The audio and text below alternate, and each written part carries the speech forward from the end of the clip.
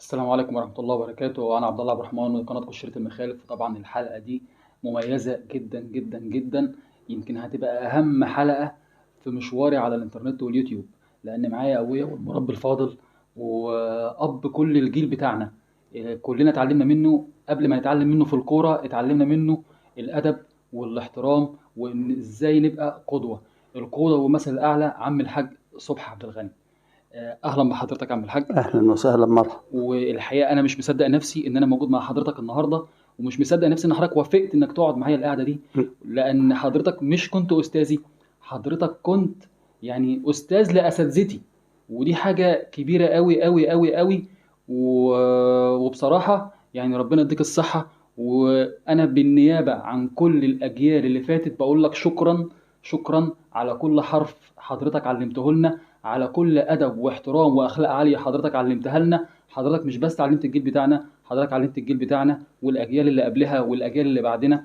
فبالنيابة عن كل الأجيال دي أنا بقول لحضرتك شكرا شكرا شكرا. لا يا باشا، لا يا باشا، أنت كنت ناس من أحسن التلامذة ومن أحسن الجيل اللي موجود. كفاية كنا بنعمل اللي نعمله، وكان أبهاتكم كانوا يجوا المدارس عندنا يقولوا لنا اعملوا أي حاجة، أهم حاجة تعليم أولادنا يتعلموا صح ويتربوا صح. وأنتوا كنتوا أحسن دفعة إحنا اشتغلنا فيها، وربنا يخليكم ويجعل منكم كتير يا رب. ربنا يخليك يا عم الحاج. طيب يعني حضرتك قلت لي قبل الفيديو إن حضرتك عايز تبتدي بآية قرآنية. أيوه. يا ريت حضرتك تسمعنا. أعوذ بالله من الشيطان الرجيم. بسم الله الرحمن الرحيم. نحن نقص عليك نبأهم بالحق، إنهم فتية آمنوا بربهم وزدناهم هدى. صدق الله العظيم. صدق الله العظيم. ربنا يفتح عليك يا عم الحاج. طيب الناس كلها والأجيال كلها عارفة عم الحاج صبحي عبد الغني، المربي الفاضل والأستاذ العظيم والقدوة والمثل الأعلى ومدير المدرسة. أنا النهاردة بقى عايز أتكلم مع عم صبحي عبد الغني الأهلاوي المتعصب، عايز أتكلم مع عم صبحي عبد الغني لعيب الكورة. فدي بقى الجانب من الشخصية اللي مش كتير يعرفه. فعايز حضرتك تكلمنا عن الكورة دلوقتي والكورة زمان. احكي لي ذكرياتك مع الكورة ومع الأهلي ومع المنتخب. حاضر. بسم الله الرحمن الرحيم.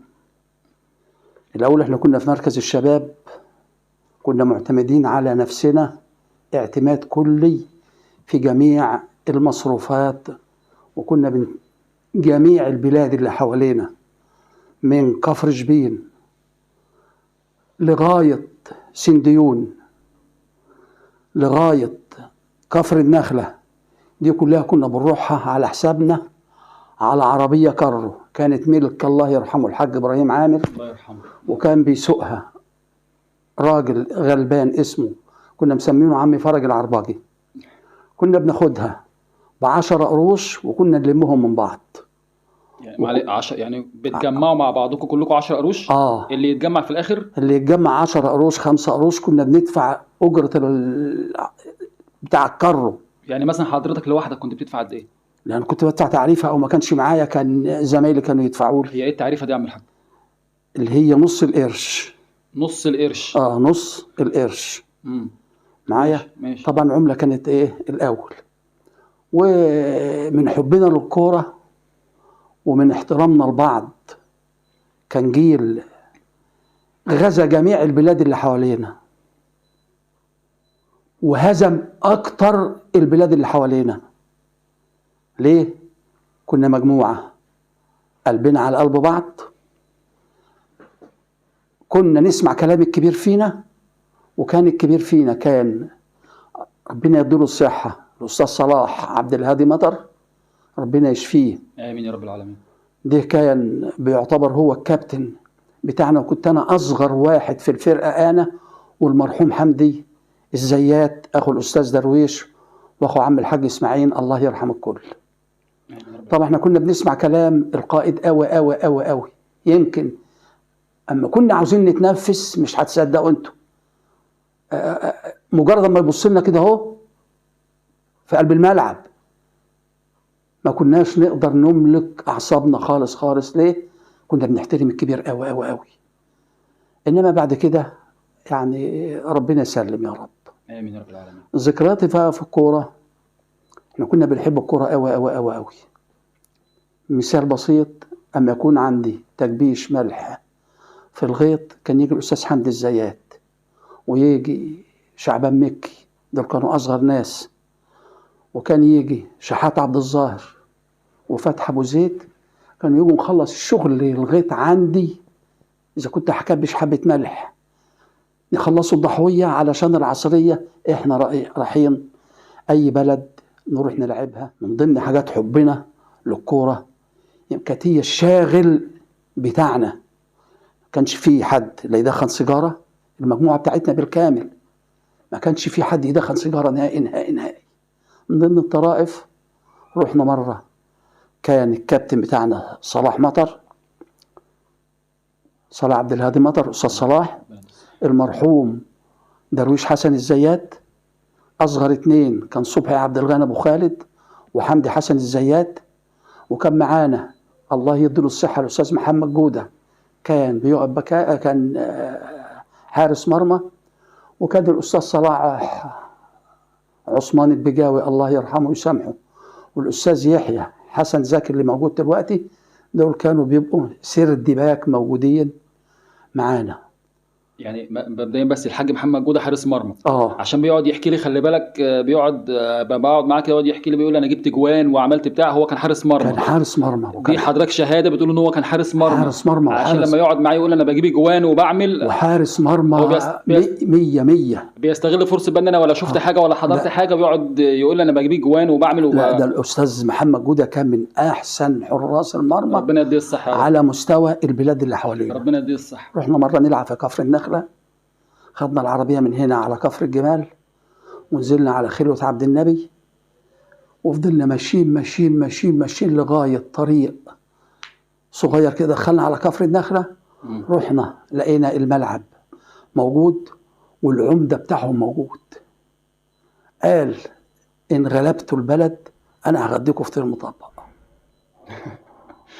رحنا ونزلنا، اللهم صل على النبي، لعبنا ماتش نهارية غلبناهم 6-2، والراجل اللي عندي كلمته ما رضيش يسيبنا خالص. احنا خلصنا قبل المغرب بحاجه بسيطه، دخلنا الشطفنا في جامع جنب جميزه كبيره في وسط البلد، زمانها بانت دلوقتي. ده فين البلد؟ في كفر النخله. كفر النخله، كفر النخله قرب العمار. تمام. خلصنا لعب، الراجل عشانا، جبنا عربيتنا الكرو وجينا على سنهرة. ادي من ضمن الذكريات، من ضمن الذكريات، وكانت ذكرى مش هتتنسي مدى الحياة. كفر شبين كانت دايما بتلاعب طحنوب، وكانت دايما تغلب طحنوب. كان امين النمر هنا وابنه واخوه محمد الكرداسي واخوه اسمه صبحي مدرس، كانوا بيجوا مع امين النمر المكنه بتاعه النمر اللي بيتها دلوقتي عند المرحوم سالم، الحاج سالم عامر، الحاج سالم عامر، وبيت فكري عبد الصمد، الحاج فكري عبد الصمد. دي كانت المكنه مكنه طحين، وكان النمر واولاده كانوا قاعدين فيها. ايوه. قام قالوا الامين يا امين احنا عاوزين نشوف سنهيره دي اللي بتغلب البلاد كلها، ما تجيبها تلعب باسمنا قصاد كفر شبين. قام جه امين عرض الفكره على اخواننا الكبار، اخواننا الكبار وافقوا وخدنا بعض ورحنا. طبعا احنا كنا بنلعب حافيين، قليل خالص ما كانش بيلبس فوتبول الا المرحوم صالح كامل. صالح كامل ده كان الاصول ما كانش يلعب، كان يلعب في المنتخب. لو في ايامنا اعتنا صح بالارياف كان خدوا الاستاذ صالح كامل، بس اللي لعب هو زملكاوي. كانوا خدوا الاستاذ صلاح عبد الهادي مطر، اهلاوي متعصب زي نوبة حالات الواحد كده. خدنا ورحنا، كانت النقطة والمستشفى بتاع الطحنوب، وكان في جرن واسع كبير قوي قوي قوي قوي قوي. رحنا والله هذا حصل، لقينا اهل طحنوب واقفين حوالين الخط، وزي ما يكون احنا جايين المنقذين بالنسبة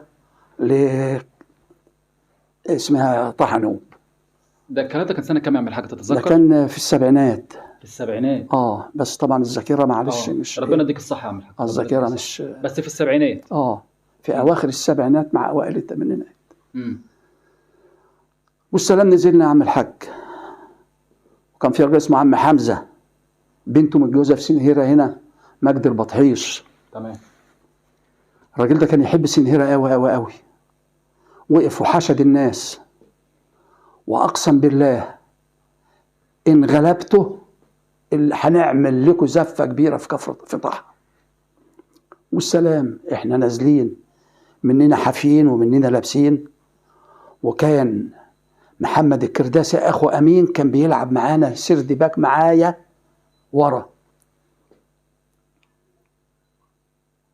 بصينا لقينا العربيه بتاع كفر شبين نازله، فدابل فانيلات. احنا كان الفانيلا بتاعتنا كانت احسن فانيلا على مستوى مركز طوخ، كانت علم الجمهوريه، فانيلا زرقاء بعلم الجمهوريه، كنا بنلبسه. دي كانت التيشيرت بتاعنا. احنا طبعا رايحين بفانيلاتنا بس ورايحين حافيين. بصينا لقينا اللي جايين فدابل اكنهم جايين من مصر الجديده. ايوه بس ثانية واحدة يا عم الحاج، هو علم الجمهورية ما كانش فيه لون ازرق؟ لا الفانيلا كانت زرقاء. الفانيلا كانت زرقاء. طيب ايه علاقتها بقى بعلم الجمهورية؟ كان فيها علم الجمهوريه فانيلا كلها. كان فيها الثلاث خطوط بتاعتها، هو الاسمر الاسمر والابيض والاحمر كان كده؟ كانوا 3 شرايط كانوا على الفانيلا. تمام. معايا انا عندي لسه الفانيلا دي لغايه الان بالفوتبول بالشورت بتاعي. بدأ الماتش يا عم الحاج، الناس اللي واقفين بتوع كفر طحا بتوع كفر شبين، ايه الفلاحين وادي الكلب ده، احنا هنغلبه ب15. سنطرنا يا عم الحاج، جابوا فينا اول جول.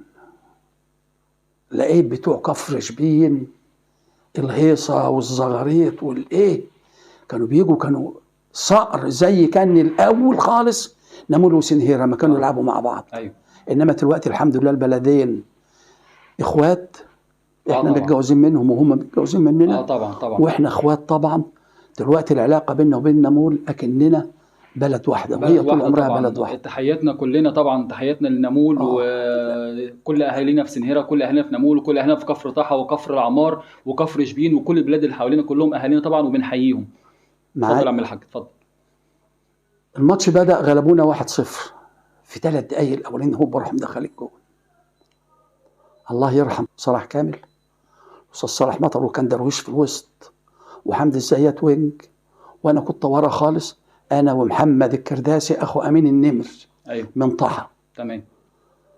وكان في الاستاذ فتحي ابو زيد كان معانا في الماتش ده من ضرب احمد، استاذ فتحي ابو زيد. تمام.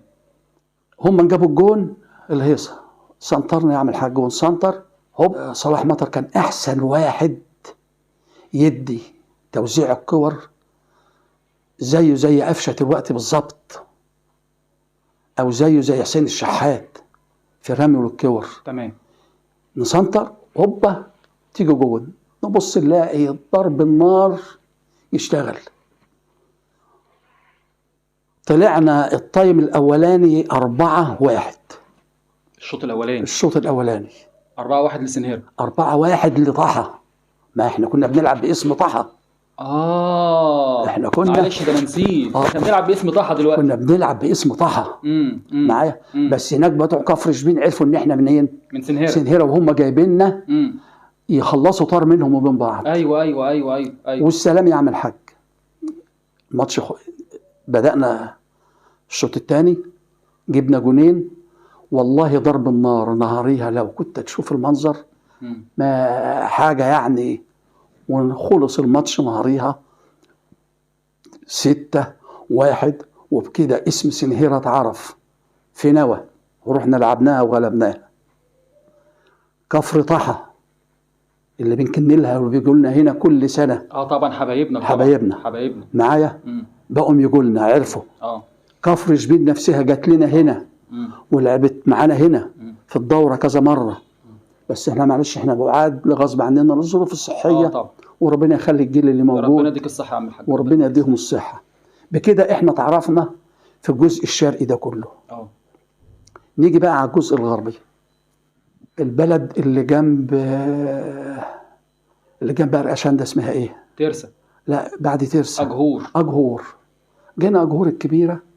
أجهور دي كانت فيها فرقة محترمة، اه وكان فيها ولد الله يرحمه ويسامحه كان اسمه عمرو النجار، كان مسميينه الجناح الطاير. كان أحسن ولد يشوط، هو كان زميلي في المعلمين، وكان بيلعب أنا وهو في فرقة المعلمين، وكنا بنروح دايما نلعب في الاستاد بتاع بنها، وهو كان وينج ما كانش له حل، حاجة لا تقول لي مش عارف ايه، وكان حاجة يعني. والسامع قال احنا عاوزين نيجي نلعبكم، نلعب بلدكم. كان جم في يوم جمعة، وكان المرحوم محمد ابراهيم ابو خالد هو اللي كان بينظم، ابو اسامة اه وابو استاذ احمد محمد. الاستاذ احمد محمد، الكابتن احمد محمد والاستاذ هشام. وكان الراجل ده كان من النوع اللي كان يحب الكرة قوي قوي قوي قوي، هو والحاج مجدي ابو خالد ربنا يديله الصحة، موجود لغاية دلوقتي. والسلام جت أجهور، جابوا الفرقة بتاعتهم، وجينا لعبنا عند المنزل في مركز الشباب اللي موجود. الولاد ده نزلوا وينج، طبعا أنا عارفه، مم. كان وينج بقول لك ملوش حل. أنا كنت بلعب ورا في الباكات، والوسط درويش الزيات وحمدي الزيات، والونجين كان صلاح كامل وصلاح مطر، وكان يحيى الزهوي، يحيى عبد المنعم الزهوي، وسيد روبي أخوه، وعلي مكي. كانوا من أنظف الناس اللي كانوا بيلعبوا كورة، تشوفهم تحس إنك أنت مستوى راقي جدا جدا، أحسن من مستوى الأندية زمان. برضو كانوا بيلعبوا معانا وكان لهم فضل كبير، وكان دايما يحيى عبد المنعم ده كان بيجي معانا وكان بيسجل، وأخوه سيد روبي أبو هشام اللي موجود دلوقتي حاليا اللي قاعدين في الكفر. ايوه دول كانوا لاعبوا الكورة. وعلي مكي أخوه الله يرحمه، الله يرحم الكل، الله يرحمهم يا رب. امين يا رب العالمين، ربنا يرحم الجميع. وكانوا بيلعبوا معانا. دول كانوا من الناس الأفاضل، الناس اللي كنت تشوف منهم كورة سحرية، حاجة يعني ما تصدقش إن دول من أرياف. نزلوا يعمل حج، وكان يحيى عبد المنعم كان وينج قدام. الواد دواخني عمرو نجار، ايوه أجيله أنا كنت بلعب يمين، وهو كان بيلعب يمين ويشوط شمال ويشوط يمين. يا نهار اسود، اعمل ايه؟ الواد اجي عليه صاروخ جاي حريف. والسلام ربنا كرمنا، وانا جيت اقع، رحت ايدي جايه على الشورت بتاعه، راح الشورت نازل. من بعدها عمرو النجار الله يرحمه ويسامحه ما عرفش يلعب كوره نهائي، ونهاريها احنا غلبنا 2-1 وبالعافيه. استنى بس أؤمر. استنى بس، حضرتك بتقول لي ايدي جت على الشورت نزل، الشورت نزل، وبعدين انت عديت الحته دي كده اكنها حاجه عاديه. ما هو وبعدين لا، ما هو راح ايه، عادل نفسه وراح شايل الشورت بسرعه ونزل كامل. بس الولد ده كان الله يرحمه حاجه باشا. كانوا مسمينه بجد في بنها والمعلمين عندنا إن الجناح الطاير لسرعته، وشوطه كانت سم. لو شاط وتمكن من الشوطه في الجون، انا بالتالي كانت الكوره تاخد الجون وتخش البتاع. هتقول لي بقى زي السوليه، يمكن مش عاوز اقول، كان في ايامه كان حلو صحيح يعني. ايوه احنا غلبنا الماتش ده. وبعدين نيجي برضو على دندنه، كانت بتحبنا واحنا كنا بنحبها وما زلنا، وكنا دايما نروح نعمل فيها مباريات. اخر مباراه انا اشتغلت فيها في سنه 82 بعد ما اتجوزت الله يرحمها ويسامحها. الله يرحمه. دي كانت اخر مباراه. ربنا يديك الصحه يا عم الحاج، تعيش وتفتكر. اخر مباراه ليا، ربنا يديك الصحه يا عم الحاج. اخر مباراه ليا كنت متجوز شهر، بعد ما اتجوزت بشهر صحيح، بعد ما اتجوزت بشهر اخر ماتش رحت لعبته في دندنه، وخدنا نهارها الدوره بتاعتها وغلبناها، وكانوا مسميني الساحر، صبح ابو خالد الساحر، اللي بيسحر الكوره وبيسحر الجون مش هيخليش الكوره. احنا غلبنا وخدنا الدوره بتاعتنا نهاريه، وكان شعبان مكي شاهد على الكلام ده، ومحمد عبد الظاهر شاهد على الكلام ده، والأستاذ علي خليل ربنا يديله الصحة كان موجود. كنا بدأنا بقى جماعة كبار، صالح كامو وصالح مطر والجماعة وصلاح عثمان ودرويش حسن. ما كانش معايا إلا حمد الزيات، وكنت أنا يمكن أكبرهم أنا معايا.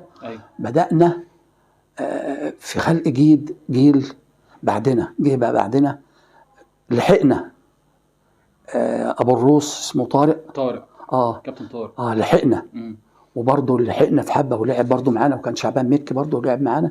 دي آخر دورة وآخر عهدي بالكورة، اللي هي دورة دندنة اللي احنا خدنا فيها الدورة. قبلها كنا بروح بلد الحاج عطية الفيومي معايا، لقناهم دروس في الكورة ما بعدها دروس. اسمها ايه؟ طوخ. لا جنب طوخ، بلد عطية الفيومي. كفر علوان. قصاد كفر علوان. يبقى السيفة. قصاد السيفة والسلام. بلد الحاج عطية الفيومي معايا. برضو أذكر من المطوشة الحلوة أوي أوي أوي أوي، رحنا لعبناها وغلبناها. رحنا لعبنا سنديون وغلبناها على أرضها، مطرح النادي اللي موجود دلوقتي. تمام. وإحنا جايين دي كان معانا صلاح مطر والأستاذ صالح كامل، وكان معانا يحيى عبد المنعم الزاهوي وسيد أخوه. طبعا إحنا جينا عند ما فيش، مش لاقيين لقمة ناكلها. قام المرحوم الله يرحمه ويسامحه الأستاذ صالح كامل خلى يحيى عبد المنعم دخل عزبة المرجوشي وقال للناس هناك وربط عينه، والناس نهارها ادونا عيش وجبنه، واتصلوا بناس من سنهرة هنا مش عاوز اذكر اسمهم الله يرحم الكل بقى معايا. والسلام كنا معتمدين على نفسنا اعتماد كلي، لا كنا ناخد قرش من مركز الشباب، وكنا بندفع من نفسنا. الاحترام والادب والذوق وكل حاجه كانت في الفرقه، وكان اللي مساعدنا ما كانش عندنا مركز شباب، ما كانش لسه بنا زكاه. احنا كنا قاعدين في بيت شفا الزيات بتاع نريمان مربى رهيم الشرقاوي الله يرحمها. احنا كنا لطخنا بايدينا. المرحوم فاروق حسان البجاوي الله يرحمه، فاروق الحاج فاروق غانم كان معانا، واحنا وضبنا البيت وركبنا له كل حاجه، وكان بيجي لنا 15 جنيه في السنه، 10 جنيه في السنه. ما كانش فيه. الاول كنا قاعدين في اوضه بتاع الشيخ كامل بتاع الشيخ ناجي اللي هي مكان بيت الاستاذ سعيد دلوقتي. كانت اوضه صغيره جنب بيت المرحوم الاستاذ الدكتور محمد فرج، كنا عاملينه مركز شباب. اما خدوها مننا، خدنا بيت شفا الزيات بتاع نريماندي الحاج الله يرحمه بتاع مربى رهيم الشرقاوي، وهو بتاع ولاد الزيتين اصلا. وضبناه وقعدناه، وكان قاعد معانا ايامها كان المرحوم محمد أزهري، هو كان موجود دايما معانا في البيت. وكناش نسيب البيت ده طول النهار قاعدين في بيت ليل ونهار، نخلص نطلع على الكوره، لان الكوره كانت شغلنا بدل ما نشرب سجاير، بدل ما ننحرف في اي حاجه، رغم ان ما كانش فيه الكلام ده نهائي على ايامنا. انا في حياتي الحمد لله يا رب، اللهم لك الف حمد، في حياتي ما حطيت سيجاره في حياتي. طبعا كلنا عارفين يا عم الحاج، اللهم لك الف حمد. ونشهد للعائله بصراحه كلها، وحضرتك يعني افضل رمز للعيله كلها، وافضل رمز للبلد كلها وكل الاجيال، بالادب وبالاحترام وبالقدوه الحسنه. وحضرتك اللي علمتنا، احنا كنا مقدمين فاحنا عشان اتعلمنا من حضرتك. وحضرتك كنت مربي فاضل واستاذ جليل ومدير مدرسه من احسن المديرين، اجمع كل الاجيال على حبك بامانه، حبك واحترامك. يمكن احنا مر علينا اساتذه كتير، مر علينا مديرين كتير، ولكن مش بنحبهم بنفس الدرجه اللي حضرتك وصلت ليها بامانه. فانا بالنيابه عن كل الاجيال بقول لحضرتك شكرا على كل حرف علمته لنا، وكل ادب وكل اخلاق عاليه حضرتك علمتها لنا. انا عارف ان حضرتك يعني تعبت من الكلام واحنا صدعناك. لا يا باشا، لا والله يا استاذ عبد الله، انا الاول انا سعيد جدا، ربنا يخليك، لان الله يرحمه الوالد، الله يرحمه ويسامحه، الله يرحمه ويسامحه، الله يرحمه ويسامحه. كان اخ فاضل وكان بيحبنا. احنا كنا بنعتبر بيت عبد الحميد بيومي والأستاذ عبد الرحمن بيومي، لأن معلش أبوهم اه له فضل علينا وإحنا عيال صغيرة. ربنا يخليك يا عم الحاج، بفضل الله. لا ده حقيقة، حقيقة بفضل الله. له فضل علينا أوي أوي أوي أوي، لأن أنا عارف كده، لأن إحنا اتربينا يتمة أنا والحاج رجب ومطراوي. ربنا يديك الصحة. والحمد لله. الحمد اللهم لله. لك الحمد يا الحمد رب. لله. ربنا يديك الصحة يا عم الحاج، ربنا يديك الصحة. وأنا بشكر حضرتك جدا إن حضرتك وافقت إنك تظهر معايا في الكام دقيقة دول، ودول يعني أعظم دقايق أنا طلعت فيها، وبحاسس إن أنا بجد بجد عملت حاجة كبيرة، إن أنا قدرت إن أنا أقنع حضرتك تطلع معايا في الدقيقة دي. وربنا يخليك لينا، وإن شاء الله دي ما تكونش آخر مرة حضرتك تشرفنا وتكلمنا عن الذكريات الجميلة والأيام الجميلة اللي عمرها ما تتنسي. ويا ريت حضرتك تختم معانا الحلقة دي قبل القرآن والنبي، كل اللي يسمعنا